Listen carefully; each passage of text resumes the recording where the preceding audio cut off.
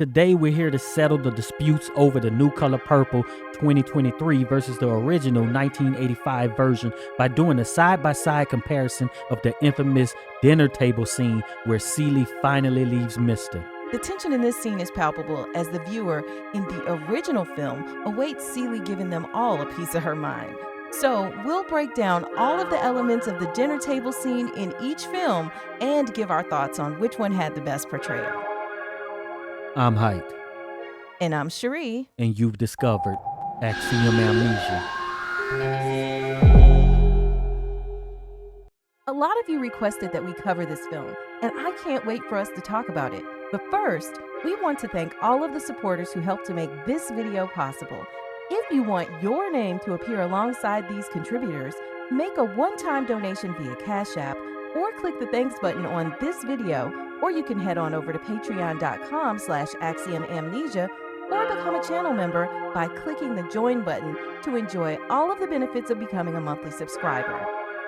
So just for a little bit of context, the dinner table scene takes place right after the shaving scene where Celie almost basically cuts Mr. from ear to ear, right? And so everybody, pretty much the whole cast, is here at this dinner table and they are all eating. So that includes Mr. and Celie. You got Miss Sophia, played by Oprah Winfrey, and you got Squeak, who is Harpo's current love interest girlfriend, who is played by Radon Chung. And then you also have, Miss Sophia, who is his wife or maybe ex-wife. I don't know that they were divorced. All eating at this table. You also have Mr.'s father, played by Adolph Caesar. Just everybody is here at this table, Suge Avery, as well as her new husband.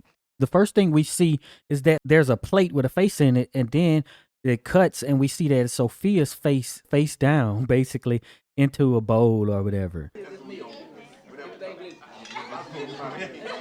Mm-hmm. And she doesn't even have food on her plate, right? She's just sitting there with her head down. Mm-hmm. And everybody else just seems to be having a good time. Yeah, it's almost like, and the reason that she's like this, for those of you who may not have seen the original, if you're maybe too young or whatever, she was in jail. She was in jail because she hit the mayor. I said, hell. After the mayor's wife had asked her to be her maid. Would you like to work for me? Be my maid? Hell no.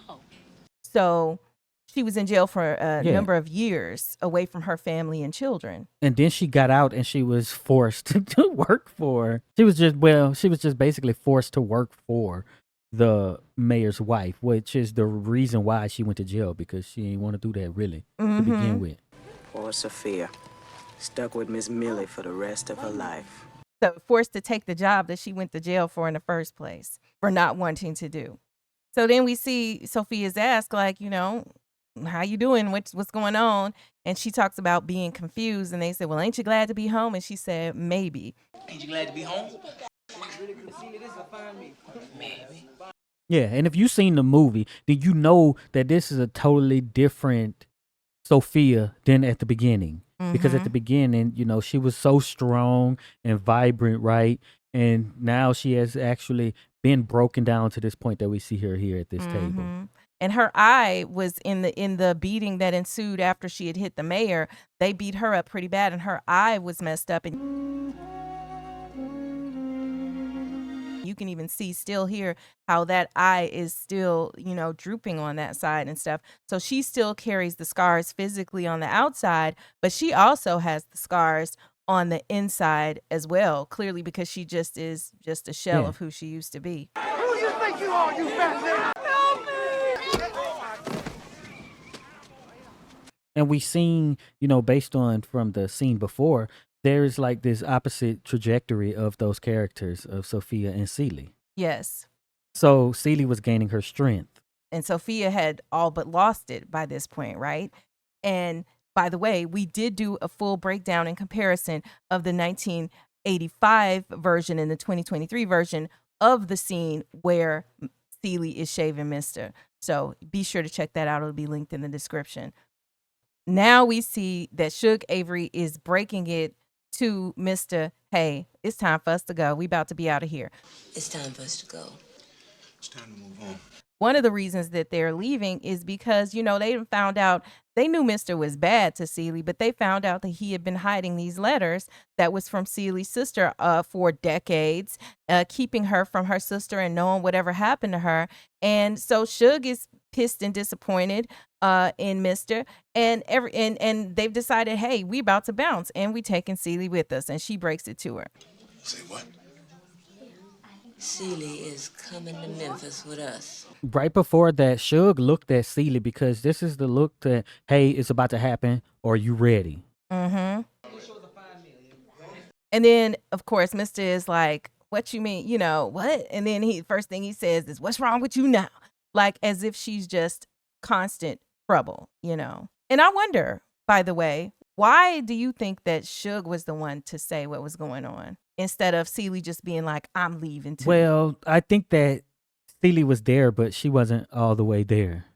Because she still kind of had her head down and didn't want to confront him. Mm-hmm. But it's sort of like, hey, you didn't push my button today, right? And we're going to see what happens, right? Because at first she's just like putting her head down, let Suge handle it. And they probably discussed it ahead of time.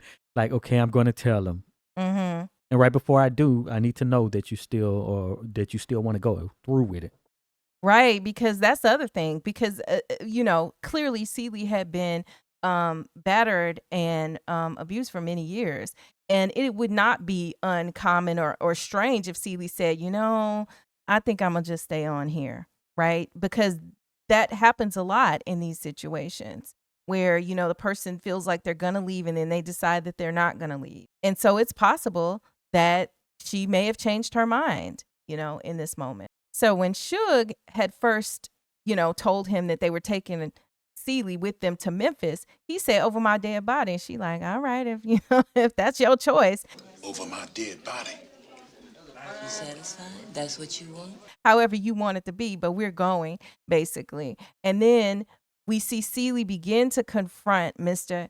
and his daddy. And his daddy. And your dead body be just the welcome mat I need. You can't talk to my boy that way. But what I find interesting is that at first when she's talking to him, she never looks at Mr. She's still kind of looking down. The first person she does make eye contact with, though, is the father. And she's like, maybe if he wasn't your son, he could have turned out better than he turned out, right? Seemed like if he hadn't been your boy, he might have made somebody a halfway decent man. She busts out and says, well, we all been wanting to scream at Mr. while we know that they know, and Mr. doesn't know that they know that they basically have found these letters and that he's been keeping Nettie from Celie all these years. And that's when she looks up at him. Yes. You took my sister Nettie away from me. If you get to the guts of the matter, then her strength comes out, right? Because she's thinking about her sister Nettie, the only one who she claims that the only one who loved her in her life. The only one who ever loved me, you kept from me. And that, like you said, that's when she looks up. You knew she was the only somebody in the world who loved me. And I mean, we just have to keep going back to how well done the acting was by all parties in this 1985 version. Just amazing. All of the things, little things that we're pointing out, not making the eye contact, looking very meek, and then finding her strength in this scene is just amazing. And so she said that her sister and her kids are coming home soon. And when they do, they're going to sit around and whoop his behind. When we all get together, we're going to sit around and whoop your ass. And this brings the much needed comic relief for the emotion and the tension in the scene, right? Because we know that he deserves it. And we imagine how that would look. Yeah. But what I do see is that Mr. is kind of like Harpo, right? Because soon as he's confronted, like basically this first time, he shrinks down. He's like, when she tells him that you kept Nettie away from me, then he doesn't respond to nothing. He just shrinks down and kind of looks away. Because he's not used to any sort of pushback in this way. Mm-hmm. And in addition to that, he is like Harpo in that his father pressured him much in the same way. One of the background things that happens is that basically from the book and things, you may know this, but it doesn't really come out in the movie, is that basically Mr. wanted to be with Suge. His daddy didn't want that to happen because, he felt that Suge was a woman of low moral standing, and he didn't want his son associated with her. And so that is, essentially why they weren't together. And the father had put a whole lot of pressure on Mr. And then Mr. in turn tried to put that same pressure on Harpo. So, we see this intergenerational type of I'm teaching you to be a man sort of stuff. Right. But you look at the men who turned out, how they turned out. But in the end, at least Harpo turned out well. I mean, because, spoiler alert, he and Sophia wind up together in the end. After all, they've been around the world and he's been with everybody, but they wind up together. I think that's brilliant because no matter what, as generations go along and when you pass down anything, I think it inevitably gets weaker, right? Or it gets stronger, but it's those same values that you pass down ain't going to be as strong as the generation before. And I just think that's general across the board. I could be wrong, but that's just what I think. Yeah, they lose a little bit each, as it goes along. But I think they lose a little bit from the original because each person in each generation adds their own zhuzh to it, right? They add their own influence to the mix and change it in the way that they feel it should be in changed. context of the world that you're in too, right? Mhm. If we take, for example, slavery, which everyone hates, right? The brutality in that, right, of the actual owners versus their kids, right? All the way down to maybe the 40s and 50s. You may say, oh, it's the same, but it's not the same. It's it's not as bad as the actual bondage and how they were treated in those days. Right. Because the world around them changed, even though they probably tried to hold on to the exact same values or pass down those exact same values. Right. Negative or otherwise. Right. And we can't ignore that part of this story is the role of women in this society, in the early 20th century where, women didn't have they didn't have the rights, whether, it was the perceived rights, whether it was the right to kind of stand up and go out on your own. And then in addition to that, these are Black women with all of the issues of, being Black on top of everything else going on. Yeah, and then the time that this is set, right? So you basically had the passing of the Roaring 20s, right? And then you had the stuff with like the 19th Amendment and stuff, and the stuff that was going on in, I guess we could call it the women's liberation movement. Yeah, that movement. And that is what's happening over the time of this movie, too. So they're wearing pants, right? Yeah, it's not specifically spoken, but if you just know, you know. So showing the evolution of the characters, even from the standpoint of the no good abusive men, shows that it's getting weaker and weaker, and then that the women, their stronghold on women are getting weaker and weaker, and that the women's liberation and fight and self-worth and all that is increasing over time. Mm-hmm. Absolutely. Let me tell you, then you got Celie, and she just started reading everybody at the table. She started talking about the kids. I got children. My children living in Africa. She said, hey, my kids in Africa, they learning in languages. She said it with pride. She said Africa, Africa. Learning different languages. Fresh air, plenty of exercise. And then she's like, and basically better than these kids you never tried to raise, talking to Mr. And they gonna turn out a heap better than these fools you never tried to raise. But then Harpo interjects and he's like, now hold on. He like, Now hold on here. No hold on, Harpo. Like, nah, not no hold on, because if you hadn't tried to rule over Sophia, the white folks would have never got her. Bruh. If you hadn't tried to rule over Sophia, white folks never would have got her. Now that's a lie. Now that's a lie. Did you see the look on Suge's face? Like, Suge is like, I'm proud of you. I'm proud of you because you standing up for yourself, girl. Little truth in it. And she's smiling and everything. But she, they deserve that read because it's true. Part of what happened to Sophia happened because you got, all of this mess going on. She would have never been out with the man that she was with at that time, right? They would have never split up, is the point, And then she wouldn't have been riding around with Buster in order to get, accosted by this mob. So then we have Celie, who basically was like, the kids were just horrible, made her life miserable. You was rotten kids. Or she's talking to Harpo, actually. She's like, but your daddy ain't nothing but some horse dung. And Squeak just starts laughing. And Harpo is like, it ain't right for a woman to be laughing at a man. Shut up. Shut up! Ain't no bad luck for a woman to laugh at a man. So then Squeak stops laughing immediately. But then just as soon as she stops laughing, you hear Sophia. He wakes up. Wake up and see. She starts laughing. Yeah, this is amazing. Yes. And while we were filming this, we reached 1,000 subscribers on our other channel, Axiom Amnesia 2.0. Yes. Thank you so much to everybody who helped make this happen. If you're not subscribed, be sure you're subscribed over there because we got a lot of videos coming. My God, the dead has arisen. Oh, my goodness. And then we see the laugh turn into sadness. I know what it like, Miss Celie. Want to go somewhere and can't. And a reflection on what her life, Sophia's life, has been over these past years. Sat in that jail down there about done rot to death.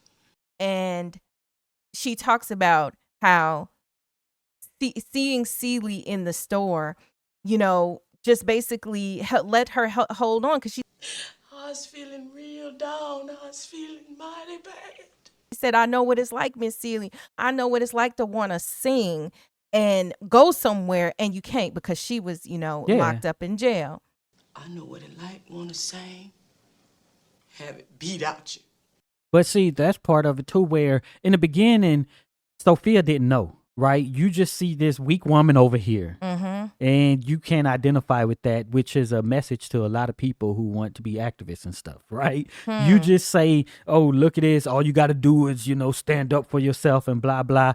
And to even the point of you told Harpo to beat me, you don't even understand this aspect of it. And then when you get into a certain position, then you like, now I understand, Celie's plight. And you understand why Celie maybe didn't fight back. Part of it was fear, but some part of it was self-preservation. Not some part of it. A big part of it was like, I want to live to tomorrow. I want to survive this. And sometimes the people who are more hot-headed, like the Sophias of the world, even though they're busy standing up, it wasn't exactly strategic, right? And it wasn't exactly the same as someone else's, right? Because she got a wake-up call when basically she knocked the boy out. And then they beat her and put her in jail. Yeah. For all those years. And then it's like you can't just always come out of a bag. Because it was essentially almost like her being put into slavery. Because then when she got out, she had to go and slave away for this same woman who she didn't want to work for in the first place. But now I wonder, is it that she was out? Or is it like they were... You're like on a work release? Yeah, they was leasing out the prisoners, 13th Amendment exception. That's a good question. You go to the comments and let us know. Do you think, and maybe some people remember from the book because it's been so long since I read it, but was Sophia released on like work release or was she actually free to go? Because she certainly was compelled to go and work for the mayor's wife. But I think work release is different than being leased out as a somebody in jail. I'm sorry, correction, leased out. Yeah. Was she being leased out? Like you said, is a 13th Amendment exception. And then the other thing where Sophia says, I know what it's like to want to sing. And I'm going to tell you what, I have tears in my eyes right now, actually, because this scene was done so well with the music and the acting. Oprah Winfrey should have had an Oscar just as much as Whoopi Goldberg should have had an Oscar for their roles in this film. I can only hope because Danielle Brooks, who plays Sophia in the new version, is nominated for an Oscar. I hope she wins. But let me just say this. I know what it's like to want to sing and you can't, or it's beat out of you. And you know what this reminded me of? Maya Angelou's I Know Why the Caged Bird Sings. Oh. She was a caged bird, if you think about that. She was in jail, caged, and, but for Sophia during that time, she couldn't sing. She couldn't. It was getting beat out of her. Go ahead. What would have been hard? if it was a singer like Suge who had gotten locked up, Mm. you know, Yeah. then this would have been like, dang, this quote amazing singer can't sing, you know. Or have it beat out of her, right? She Yeah. said to have it beat out of you. And you know, part of me is like, just it took her spirit, you know, it broke her. Yeah. It broke Sophia. Like you said, she's not even the same person at this point. So then, of course, like a lot of men would think, oh, this is about money, right? So he's like, well, you're not getting any of my money, to Celia, basically thinking, you know, or trying to accuse her of wanting to take his money and abscond with it. And Celie snaps off on him. That's when she stands up and starts pointing. Did I ever ask you for anything? I never even asked you for your hand in a marriage. I never asked you for nothing. Did I ever ask you for anything? I never asked you for nothing, not even your sorry ass hand in marriage. So clearly, you know, Celie is taking a stand, both figuratively and literally, in this scene. Things gonna be changing around here too. So there we see it just explode even more. Where do we even start with everything that just happened there? So then next thing you know, we see Squeak rising up, and Squeak is like, I'm going to Memphis with them. I'm going with Suge.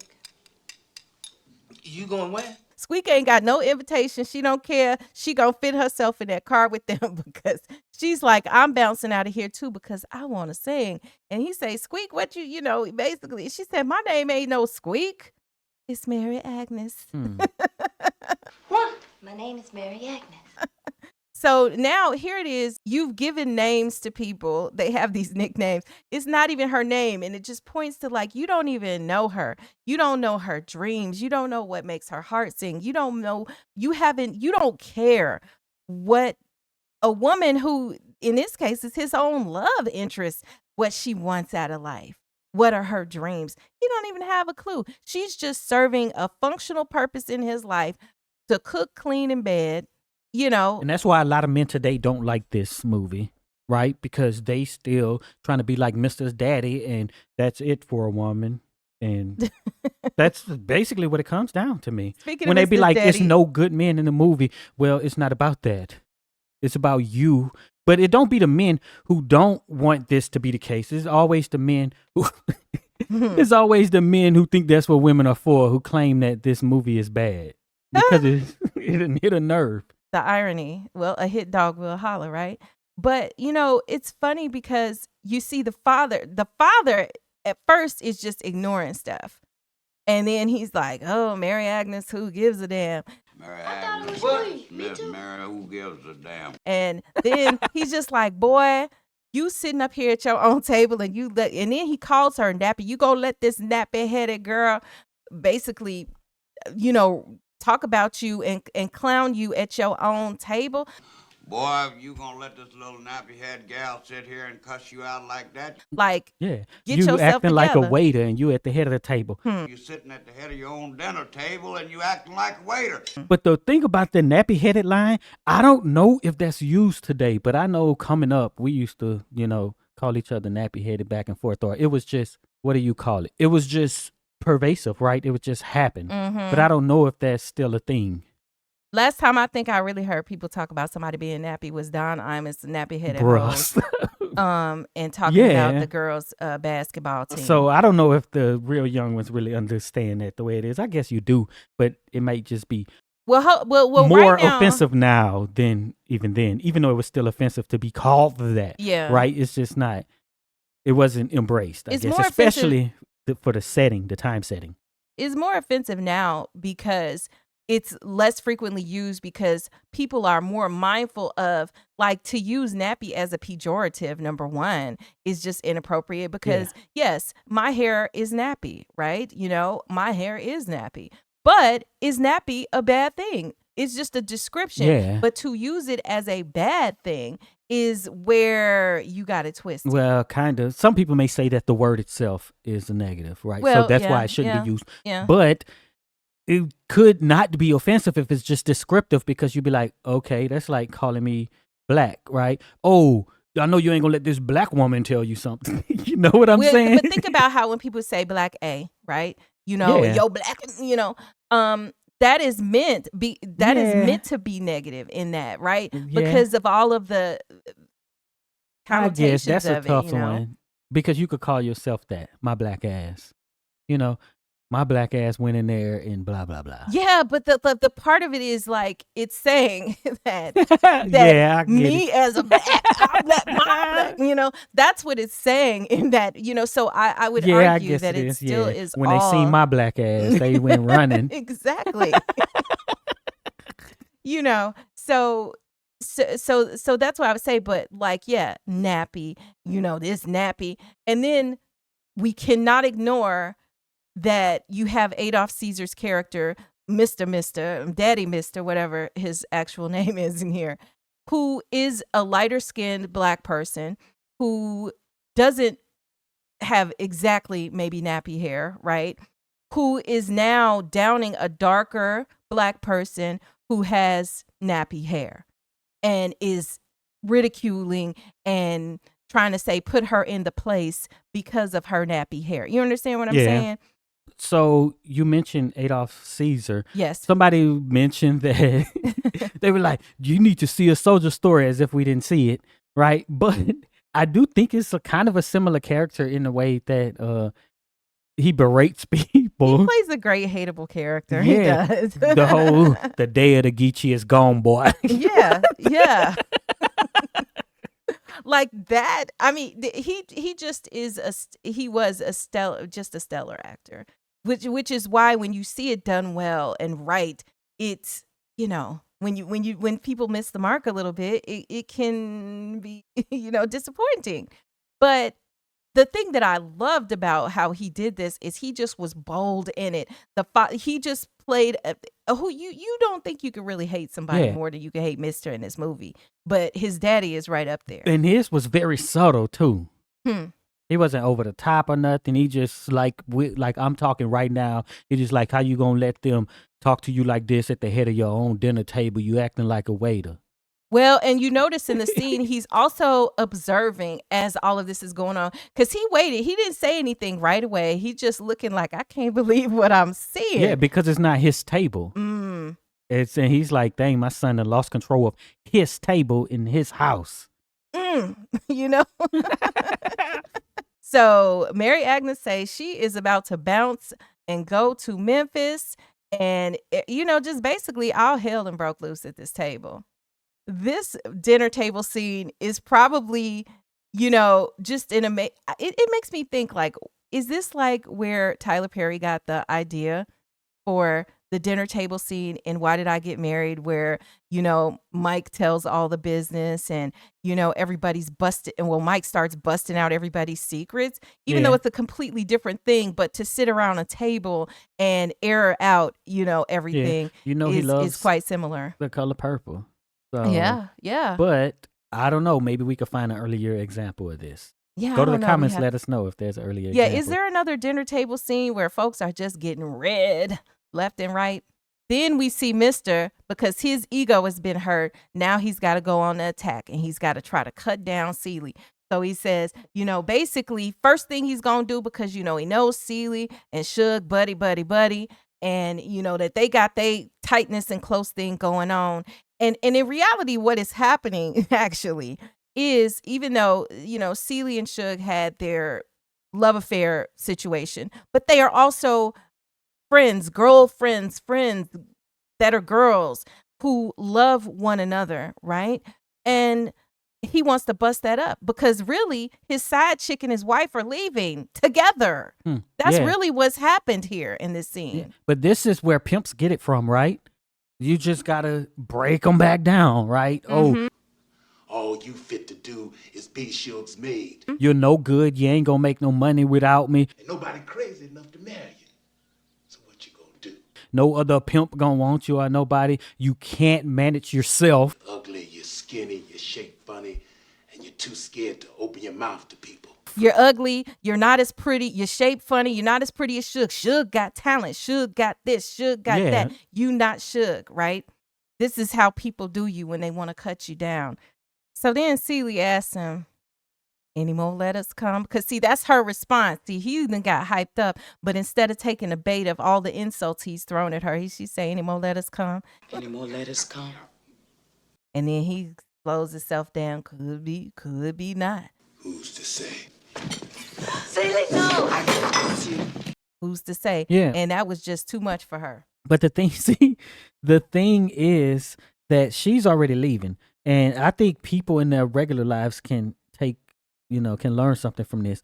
Because so he's doing whatever. She's already decided to leave. Nothing you say or does matter at that point because your action is to leave. Mm-hmm. That's your response. You can say and do whatever you want, but people just want to go back and forth all the time. But who cares? You just leave. Mm-hmm. They like, I got to get the last word in. I got to tell them how I feel about this, but just leaving just should be enough. That's just me, though. Yeah, but I'll say sometimes it's like when somebody done you dirty, sometimes you just want to be able to say your piece. And in this case, Yeah, but she said her piece. At yeah, least part of it, but that's decades worth of that mess she took all those years. And to say a little bit at the dinner table maybe in that moment didn't feel like enough, but she still handled it well. But it was when he played around about those letters and she just couldn't take that part, and she picked up that knife and she came and put that knife up to his throat, didn't she? Until you do right by me, everything you think about is gonna crumble. Basically, other people had to say, okay, now this is the second time, probably the same day, that Suge had to talk Miss Celie down from slitting this dude's throat. Come on, Miss Celie. Let's go to the car. You would think that at this moment that he would understand and know that. But he was like, oh, as soon as she lets up, here he go again. You can't cuss nobody. You can't curse nobody. You can't cuss nobody. Look at you. All of these things insulting her physical appearance and stuff. And then he say, you a woman. You're black, you're poor, you're ugly, you're a woman, you're nothing at all. Like, you're ugly, you're this, you're that, and you a woman. Bruh. Well, I think from that perspective, he's right, but he's trying to do it to tell you not to fight or not to achieve, right? Because it's like you do have these, well, a lot of people going to disagree. You do have these things, these attributes that hold you back. Right. In society. Right.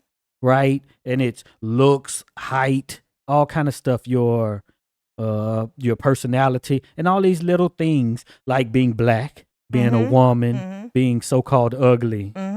Right? So he is correcting the assessment, right? And to he's say saying all these things working against you. So you shouldn't try. Not that he is right in that that should even be the ideal. It shouldn't matter what she looked like. Everybody deserves dignity. It shouldn't matter, whether she's a woman because she's a human. This is his all last of that ditch doesn't matter. effort to keep her to get her to stay. Yeah, he's just trying to get her to stay. But like you throwing insults at her, you trying to get her in line. You're embarrassed in front of your grandkids, your kids, and Your daddy. Everybody seeing what's going on. And the other thing I didn't point out was that Sophia is, like you said, she's having her rebirth. Yeah. She is becoming energized. Sophia is back now. Things gonna be changing around here too. Now she Things has are an gonna change appetite. around here. She got an appetite.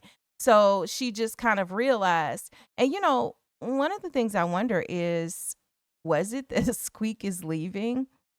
Did she think about Harpo in this moment, Sophia? Like, is she thinking about their relationship? Because Sophia never stopped loving Harpo. It was just that she wasn't getting ready to deal with him trying to do her like his daddy was doing Celie. I think she cares about is the women who being empowered. That's what she cares about. She's like, look at these women standing up against the men. And I think that's what she gets joy in. And that's what gives her strength. Yeah. So I that's it. I don't think she's worried about whether or not your boy's specific relationship. So even while all of this is going on, though, and this is very serious, there are these little nuggets of comic relief. Adolf Caesar is providing some comic relief where, Mr. is trying to insult her and say, well, what you gonna do? You gonna work on the railroad? You gonna whatever? Or maybe somebody let you work on that railroad. And then Adolf Caesar's like, maybe they let you clean out the caboose. Make me sweep out the caboose. And I don't know why the way he says that always just cracked me up. In the middle of this scene where you got all of these other emotions going on. And then at the same time, you have Suge's new husband, when they leave and they're trying to get out the door, he's still trying to be polite. He's like, it's been a wonderful time. Thank you so much, but we got to bounce, It's been a pleasure meeting all of you. Bye. Yeah. And that is still more comic relief because the emotions of the scene are over the top. And we just have to remind you that, Steven Spielberg was the director. He did an amazing job, I think, of balancing all of these different emotions in this scene. But I don't think it's like just one emotion that causes you to cry or just, quote, be emotional, right? It's not just, oh, you're sad, so you cry. So when you throw in all these different ones, that gets your system out of whack. So he's trying to get you to cry because of this scene. It worked between the music because when, what always gets me started is when she's like, you took the only one who ever loved me. I remember I told y'all that my mama took me and my sister to see this when we were kids in the theater. And afterwards, that was a line that always affected her so much. She was just like, the only one that ever loved her. I just reminded her the other day about that she had said that. She said yes, because Nettie was the only one that ever loved her in her life, and that man took her. So even however many years later it's been, how many years is it? Like 40 years later. This movie still affects her the same way, and me too. And then when Sophia is just like, when I see you, and oh my gosh, When I see you, I know there is a God. That's just, it gets my emotions every time. I just think that means it's a film well made and well acted. So then they hop up to leave, and then on the way out, Celie is like, till you do right by me, everything you think about gonna fail. Till you do right by me, everything you even think about gonna fail. You put that hex on him. Bro. Is it about a hex? No, You but think? it's a way that he gonna especially take it though. yeah. Like I don't. Some of you in the comments, go ahead and tell us whether you think it's a real hex or not. I think that it's literal and figurative, perhaps. I say that because that's the karma of it. Yeah. That is the karma of it. And even still, he didn't have a good life all while he was treating her bad. He had Suge coming into town every so often, but he didn't have Suge all the time. Then Suge comes and is married to a whole nother man. He never has his chance. He's got, everything kind of, not exactly going well, and then we see what it's like after Celie leaves. He wasn't living just amazingly. She was pointing out the obvious in a lot of ways, but that is an iconic line. Like, till you do right by me, everything you do gonna crumble. Everything you do gonna fail. I should have locked you up and just let you out to work. So when Celie goes out, Mr. is panicking, like she is going to this car, and he raises his hand because this is the final thing he gonna physically try to subdue her. Lock you up on. She put that Them claw on hex it. Them hex fingers. She put that on him. I'm sure somebody in the comments knows. What do you call this exactly? Break it on down for us, because I'm sure there's something more. Tell us in the comments. But she put that on him, and he stopped mid swing, basically. Yeah. And she said, everything you trying to do to me is already done to you. Everything you done to me already done to you. Everything you done to me already done to you. Yeah. That I guess it's kind of karma, but it's Newton's third law. Every action has an equal opposite reaction, basically. And see, when you look at it like that, so the minute you take the action, the future is already sealed. Yeah, you done put the shit in motion. Let it be known. Yeah. So then, she's driving off.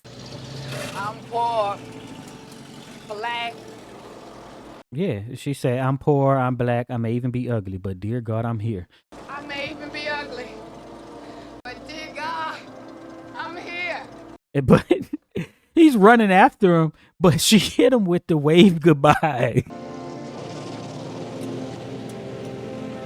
She sure did. While smiling. Because it was such a triumph in that moment. And again, in this particular scene, this is another one of the things that just makes me feel emotional, because anybody who's had hard times in their life or who felt any of the things that, I think everybody, almost, I would say this, probably every woman at some time in her life has felt like some aspect of Celie, has felt suppressed and maligned and not good enough in whatever way, as judged by some trifling man. You know what I mean? Almost every woman has probably felt like that. And so then to feel you identify with the triumph of this. And even if you're not a woman, I would suggest, if you like even a black man, could be looking at this and feel like, I know what it's like to feel like that because of being black.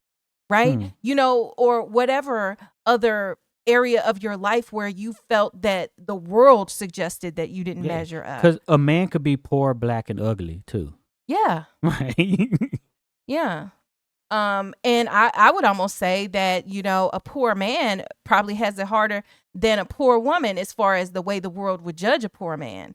Because, women, okay, if you're poor or whatever, people might feel sorry for you. But if you're a poor man, it's like, well, a man is supposed to be able to do all of these things. Something's wrong with you, and so imagine that. But the other thing I want to say about how this scene has been crafted, because you just really watch her drive off into the sunset, is that it is like a story in and of itself. This one single scene wraps up and tells the whole story to this point of the movie. We've seen that Sophia was down and she's back up. We see that Celie, even at the beginning, was still a little meek, but she finds her strength and she triumphs. Mr. is put in his place. Like everything is set in order in this scene. That's what's odd about this story, right?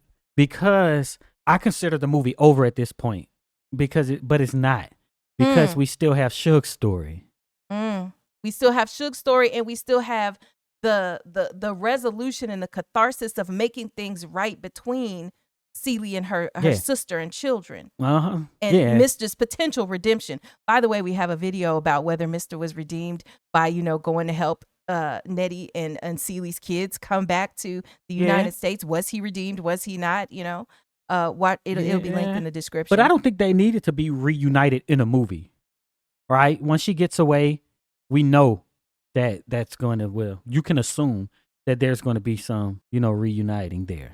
But it was just so wonderful to actually see it happen. It is. Well, it's kind of like we talk about Leave the World Behind, and people are like, did they make it to the bunker? Yeah. Like people got to see it.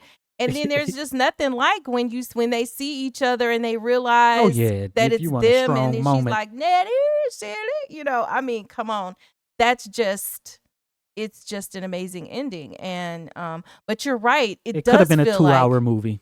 It does, but see, we also have to see how the characters were served after you have this triumph of leaving, right? We see Celie starting her business. We find out that her daddy wasn't, but that's because you know about father. It. If you didn't know about any of that, then you don't need to have any of that. Yeah, but it doesn't. I think it enhances the film. So, so we have gotten through this first scene, which leaves us to the 2023 version, which, for those of you who haven't actually seen it, just to give you a little bit of background, in the 2023 version of the film, it is a musical. So that's number one, how it's going to be different.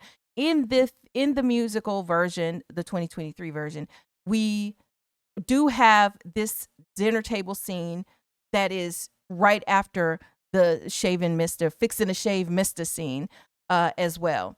I'm full as a tick on a big old dog. Right off top, the whole Sophia's not eating and them concerned about her. In the first one, it was joyous, right? Everybody's just laughing and going back and forth. But they made a concerted effort to focus in on Sophia in 2023. And So it's quiet and everybody's asking, how are you doing? Welcome home and all of that. Well, Sophia, I think we all glad you finally home. and she doesn't say a word. And everybody in this scene it's just very awkward. You sure you don't want nothing to eat? You have John Baptiste who's playing Grady, who is Suge Avery's new husband. And of course, Suge Avery is played by Taraji P. Henson. And we have Danielle Brooks playing Sophia. We also have Celie being played by Fantasia Barrino. And Coleman Domingo is Mr. in this scene.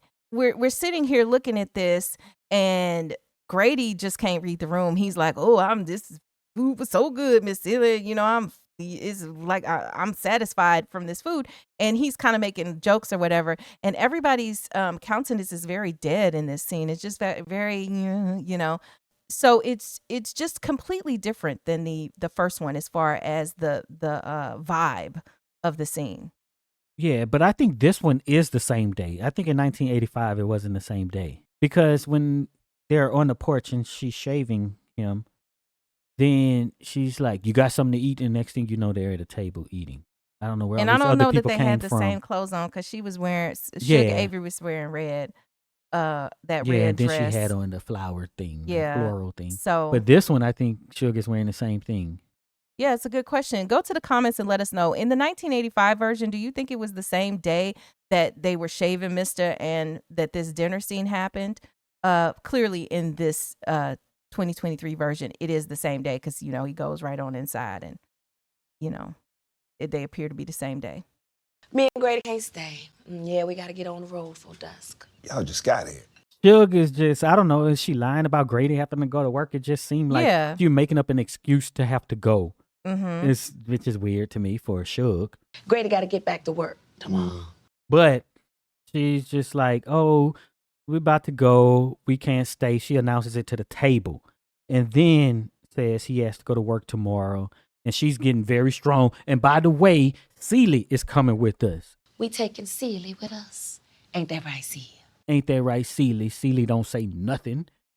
Keeps her head down. Suge is getting puffed up in this version. Mm-hmm. And then you have Mr. who's like, "Over my dead body." I'd die before I let that happen. Good. And then and then that's when Celie finally speaks up. Good. That's just the going away present I've been needing. That I don't know why I laugh when she do that. Good. Well, because the way she's talking and the accent is just very, I don't know, it's a little off-putting here. And I can't quite put my finger on it, but it just is, the acting is a little off-putting for me.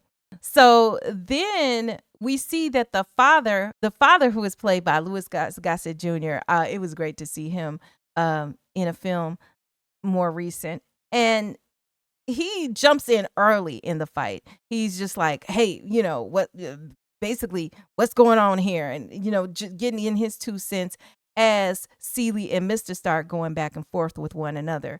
You better handle your woman. She should have found her mouth. She's just being stupid. Because it gets right to it. So like in the early scene, in the 1985 scene, I feel like there was more of a buildup. The scene was longer. It felt more like you have more time to anticipate what's going on, right? It's time I be free from you. You'll be talking to her, boy, that was not in my house. So Celie is going off and everything. Watch your mouth. You took my sister Nettie away from me. And they take a little bit, I guess much of it from the original version. Yeah, kind of remix it in there. And you hid her letters all these years. And you knew she was the only person loved me. Yeah. But what's interesting is she used country as a pejorative here. Us all together, we gonna whoop your country ass. Watch your mouth in my house. We gonna beat your country. When they all country and like, I don't know if country people say that. Like that's, I wonder who chose to put country in there. It had to be one of those city folks. Just think about it. If everybody is this, then I don't know. If everybody is country, why is country a bad Yeah. thing? I don't know. Where is Fantasia from? High Point. Where's that? North Carolina? Yeah. Yeah. That might be country, maybe. But yeah, so I don't know who would throw that in there, but maybe I don't know. I don't know if I necessarily consider myself country. Well, and it's relative, right? I guess it's kind of like saying ghetto, right? Yeah. Everybody from the ghetto, and you say, yeah, yo country ass. I mean, yo Yeah. ghetto ass. But yeah, we're all this. Yeah. It's just weird. And then like the way that Celie or Fantasia is acting as Celie in this role, the way she's talking is very weird to me. But Nettie alive. What? She is. And my cheering with Nettie in Africa. Well, was she in the musical? Yeah. This is probably just the musical version. Yeah, but I'm saying this is stage acting and not film acting. It's why she's over the top like this. Maybe. Which is interesting because, Danielle Brooks, of course, is one of the Juilliard people. So here's she's what's super funny. trained, though. She's super trained in Juilliard, and so is actually Jean-Baptiste went to Juilliard as well. I just found that out because we watched Jean-Baptiste's American Symphony. American Symphony, his documentary that he did. And I learned that about him, which I found to be very interesting also. Yeah. But your girl, she got a lot of film experience. She does. Especially on TV.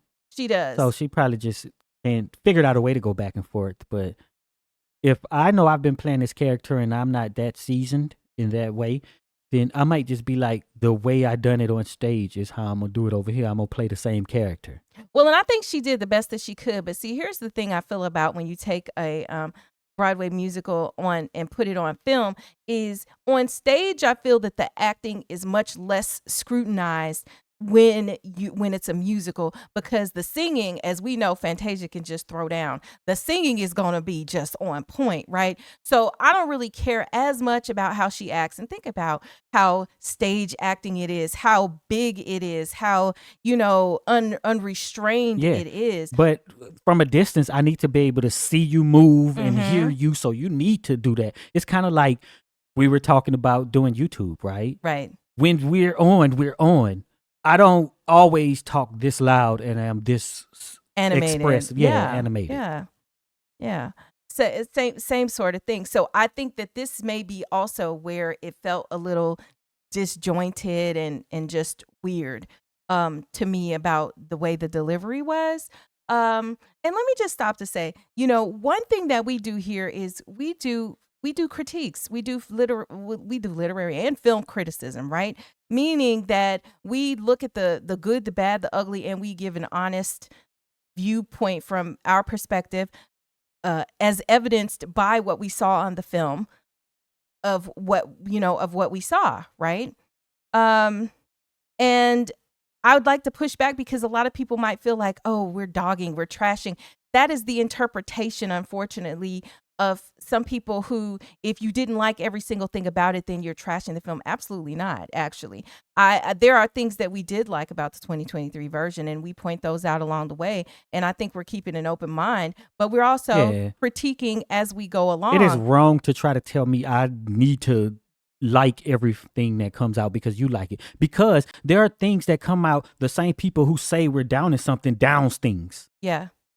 So I should just take your opinion on everything, and that's the only way to be right, which when you say it, you're wrong. It's ridiculous. Like, just get out of here. But at the end of the day, I think especially with art, with our art, with Black art, I don't think that it should just be, we should be so grateful that Warner Brothers made this film that we don't ever say anything negative about it. And we just go and give our dollars and support it. And we can't possibly suggest whether there were things we liked or didn't like about it. Yeah, That's ridiculous. We just have to accept everything that's put out, which would just drive down quality. Well, and this is what's so silly about it is we don't accept that. And that's not the attitude we have about anything else in our life. We want the best jobs. We want the best of everything that we can have. But then when it comes to our art, we're like, just be glad they made it. Come on now. It doesn't have to be that way. Yeah. And when you come and you say something negative about what we do on YouTube, you're doing the same thing.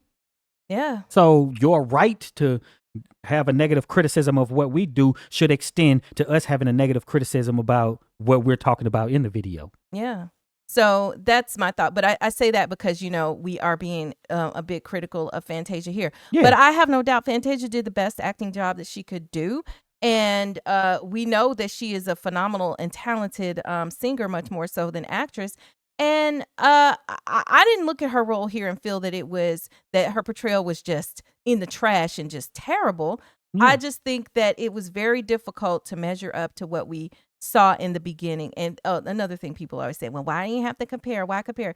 Okay, it's going to be natural to compare two movies with the same name that have some of the same people involved in making it.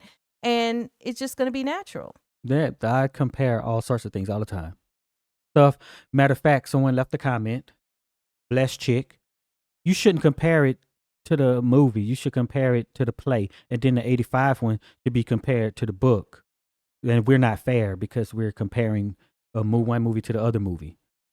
But I say I could compare anything to anything. I compare Boys in the Hood to Menace to Society. Those are totally different movies.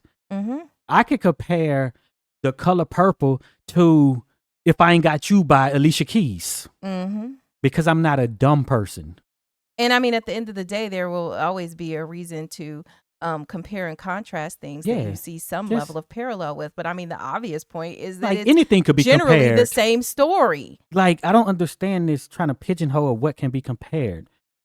Yeah. I could compare a car to a computer, right? I could compare grass to a turtle. It's just weird. But I think people who do that, it's back to what I said before. They just want you to share their opinion. Yeah. Because if you did share their opinion, it'd be fine. They're trying to claw at anything to make you get to their conclusion. And listen, the vast number of comments on our video that we did on Why Did the Color Purple 2023 Flop, even though some people had issues with using the word flop, the vast majority of people did not like it. We're not here for it. And that's it. Yeah. And far fewer people felt like I liked it or, right. Yeah. But if you listened, we told you why it flopped, and we didn't say it flopped because it wasn't good.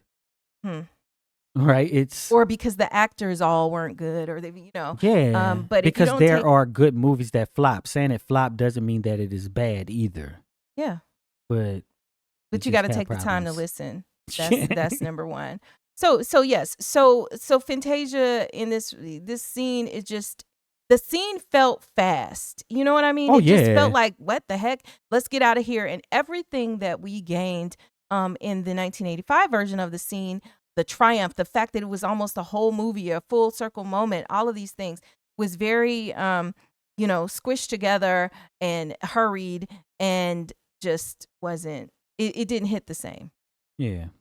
She called him a sack of dead horse shit.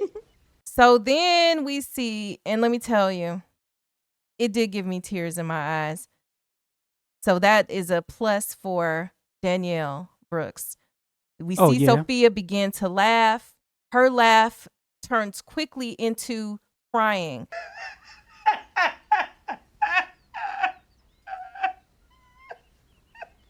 Laughing to crying. Like, Danielle Brooks is just a beast, okay? And laughing into crying. I want to thank you, Miss Celie. And I want to thank you, Miss Celie, for all that you've done for me. For everything you've done for me. And then she's different, a little slightly different dialogue than in the 1985 version, where she goes on to say, like, you came and sat with me every week.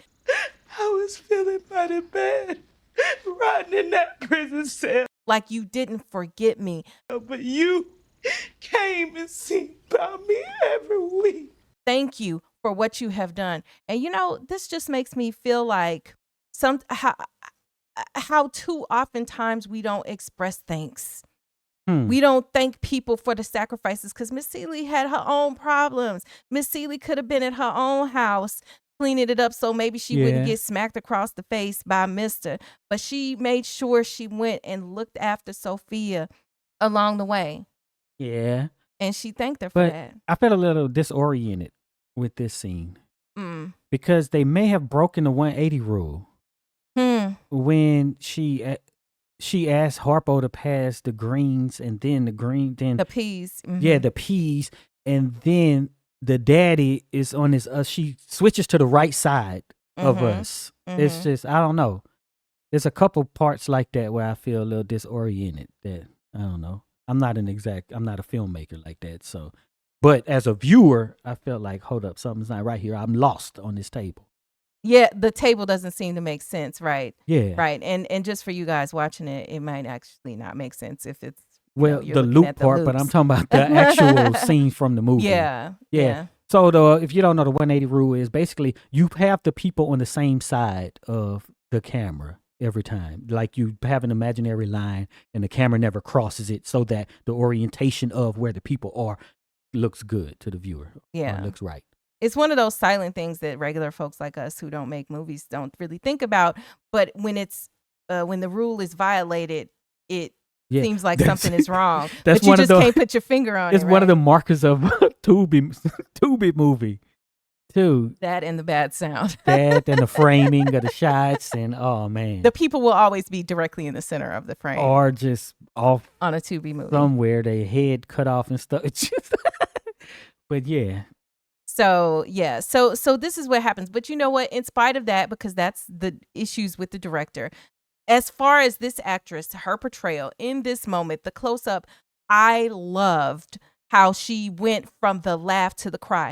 In the 1985 version, it's not exactly that fluid.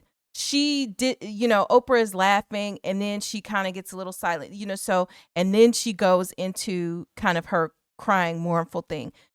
Danielle taking it from up to down, laughing to crying, and you don't think about how the sound almost is like similar sometimes, right? A laugh and a cry can almost sound the same.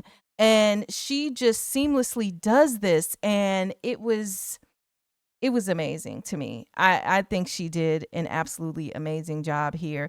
And if you can bring the emotion out of me, and like I said, my eyes did well up when she said thank you. I felt it. I think this is something that she got right in this scene. The women at this table have lost their minds. Shut up, you old toothless goat. I don't know about that. She say, "Did I ever ask you for anything?" I ever asked you for anything? Not even your old sorry hand in marriage. Come on. Yeah, she said, "Did I ever ask you anything? Not even your sorry hand in marriage." Yeah. Not a red cent.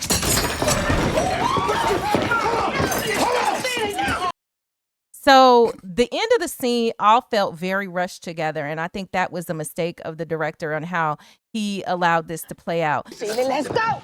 Let's go. Because even the slowness with which Whoopi stabs that table with the knife first when she's going after Mr., and then she takes it up to his neck. Yeah. Like, we are... It's ratcheting up. This happened so fast. Celie was at him. Woo, all of the girls are on her right away. Sophia can take care of this. Oh, yeah, Sophia born to take care of this. Suge Avery, an original one, did not come up. Yeah, nobody did. So the immediately. difference, I guess you got two philosophies in how you and what you want it to mean. There, she holds the knife up and people have to physically hold her back, versus more like you shut your mouth so that she don't put this in your throat. You know what I'm saying? Just hold your head back. Because he's like, come on. And they have to hold her back. Yeah. But and then the other one, she's just like, I have a knife to your neck, bro. Say something. And in the original one, Suge kind of talks her down. She, come on, Miss Celie, this, But in this one, Suge actually Sophia peels the knife out of, one of the women actually peeled the knife out of Celie's hand, and it's like, come on. And then Suge is like, Miss Sophia can handle that. And then, of course, Danielle goes on and she's just like, yes, Miss Sophia can handle this, And so we see some of that same spirit of the character of Sophia coming back, just like it did in the 1985 version. But this all happened just so fast that I think it doesn't allow you to have what's occurring on the screen really sink in. You don't have time. It's like when you're in a real life brawl or something, or you see something happen and it just happens so fast and you're like, wait a minute, hold on. And then we know we just got, since it wasn't ratcheted up, from the shave scene You know, it's supposed to be intense. I guess people found it intense. I'm going to just assume it's an intense scene. Right. And then we get right here, bam, we straight into the same intensity. Instead of it, you know, have the joyous stuff, have it play out a little while. But also, it's studios, so we don't know what got cut out. We don't. We don't know how they was like, nope, you can't make a 3-hour movie. And then the other big difference I feel like is that there's no comic relief.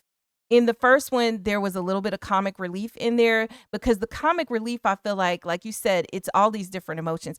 But the comic relief helps you to ride the wave. It takes you up and down. You're laughing and then you're back to the crying and you're laughing and you're angry. You're like you know. Sophia, right? It's life, you know? Yeah. You laugh and you cry. And they do it all in this one dramatic scene. In a very fast way. Yeah, but I don't think it was no laughing. After everything blows up. Now, where you going? I wants to go to Memphis too. Squeak is like, yeah, I'm not Squeak. It's Mary Agnes, and I'm going too. Oh, come on, now, Squeak. My name ain't Squeak.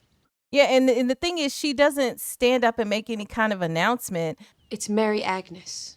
Because everybody's already left the room. She just raises up to be like, hold on, because I don't want this car to take off without me. I'm leaving. And, you know, he's all like, where you going? And then that's, you know, and then when it's she like, rushes through the lines. I want to go. Not, I'm going too. Right. And Squeak is played by her, by the way. And, you know, I felt that she acted, you know, she was good in her, you know, in her role as Squeak. But again, in this scene, who's still in it is Danielle Brooks playing Sophia, because Danielle is like, some change is gonna be made. Oh, Sophia home now. There's gonna be some changes made. And then she pops a little bit of the food in her mouth or whatever. Oh yeah, I got this. I'm about to get them real straight. These men are about to get in line. That's what we know when you know, after everybody leaves. And it's funny to me because after a blow up like that, you know, it's kind of like you would think people would just want to like I don't know, I feel like I'd just be like, let me get out of here or whatever, or just let me, I don't know where I'm gonna be, but let me just get away from this. But it just invigorated Sophia. And she was fine to be there with the father and with Mr. and all of them. She was gonna get them all straight. She'll be back. You'll be back! So then they go outside. Let me just say, I hated the way that they remixed the dialogue here because it made it not make sense. It don't hit the same. It doesn't hit the same. Everything you think about gonna crumble. You know, he's saying things in this version that in the 85 version was said inside in front of everybody. Suge got talent and looks. And that was part of the buildup. Now you saying it just as she's trying to pull off. All you fit to do is clean a slop jar and cook a food. You're ugly. You're this. You ain't never gonna be nothing. You're black. You're poor. You're ugly. Then he even calls her a roach. So, you know, let me just try to make this a little bit more than the 1985 version, and let's call her a roach. You a woman. I should have kept you under my shoe like the roach you is. Then I should have kept you underfoot like the roach you are, you know, Yeah. or whatever. Come on. And then she does the claw fingers almost. Mhm. And her lines are all the lines that you did. So it was like they realized at some point, I got to get all the notable lines in. So let me just say every Yeah, it was out of quotable order. all in the So- wrong order, and just so that it's said and Everything done to me, already done to you. done. in Check. 85, them claw fingers was the end. You stop, bro, because he was like, I'm about to hit you. I'm about to do something to keep you here. She put them fingers up, and he had to stand down until they pulled off, and then he started running after her. Mm-hmm. I may be black. But he still had more stuff to say, and she had some more stuff to say, too. I may be poor. I may even be ugly. Yeah, it was. But why it look like Suge is scoffing at Celie? But I'm here. Where? So at the table, Mm-hmm. it looks like that. And when she's at the back of the car, talking about I may be black, I may be ugly, whatever. You know, you It's never just know. her facial expression. Maybe, It's just little. or- Shut up. I wasn't gonna say anything. I was gonna say actually it was the editing, maybe, because Oh. you know how sometimes in the editing they'll pull a look that No. wasn't when you just. It was while they were In the pulling car, off, I and she don't was holding her know. arms out, and Suge was looking back at her. Y'all So it was a look at wide this. shot. We gonna put the clip in again. Look at is she scoffing at her? What is up with this expression? Do you see something weird about it? Go to the comments and let us know.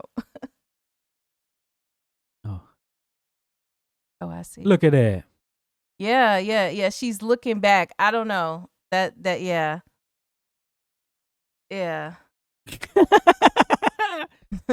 I don't know. But That's it. somebody should have caught that, because it just could have been that, how sometimes you have like maybe your facial expression just might have been off in that scene or in that angle or whatever. In that, cut. And they should have caught that in, dailies But or whatever. nobody's going to this notice ain't gonna that. A work. lot of stuff they keep in the background that you don't notice. So if you're focusing on who you're supposed to focus on, you're not going to look at her You face. won't look at her face. Or you're not going to interpret it as her scoffing. You just be like, oh, she's just observing what's going on. Yes. So now at the end of this, they've driven off into the sunset and they're going to Memphis. This scene just doesn't hit the same.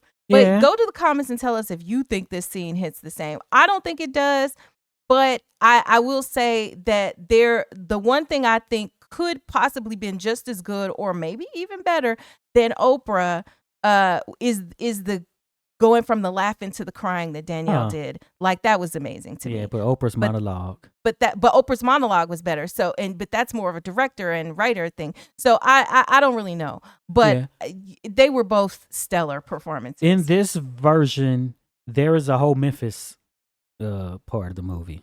Yeah, that you don't get in the original version. I did appreciate seeing like more about what happened at different times that we didn't get to see in the 1985 version.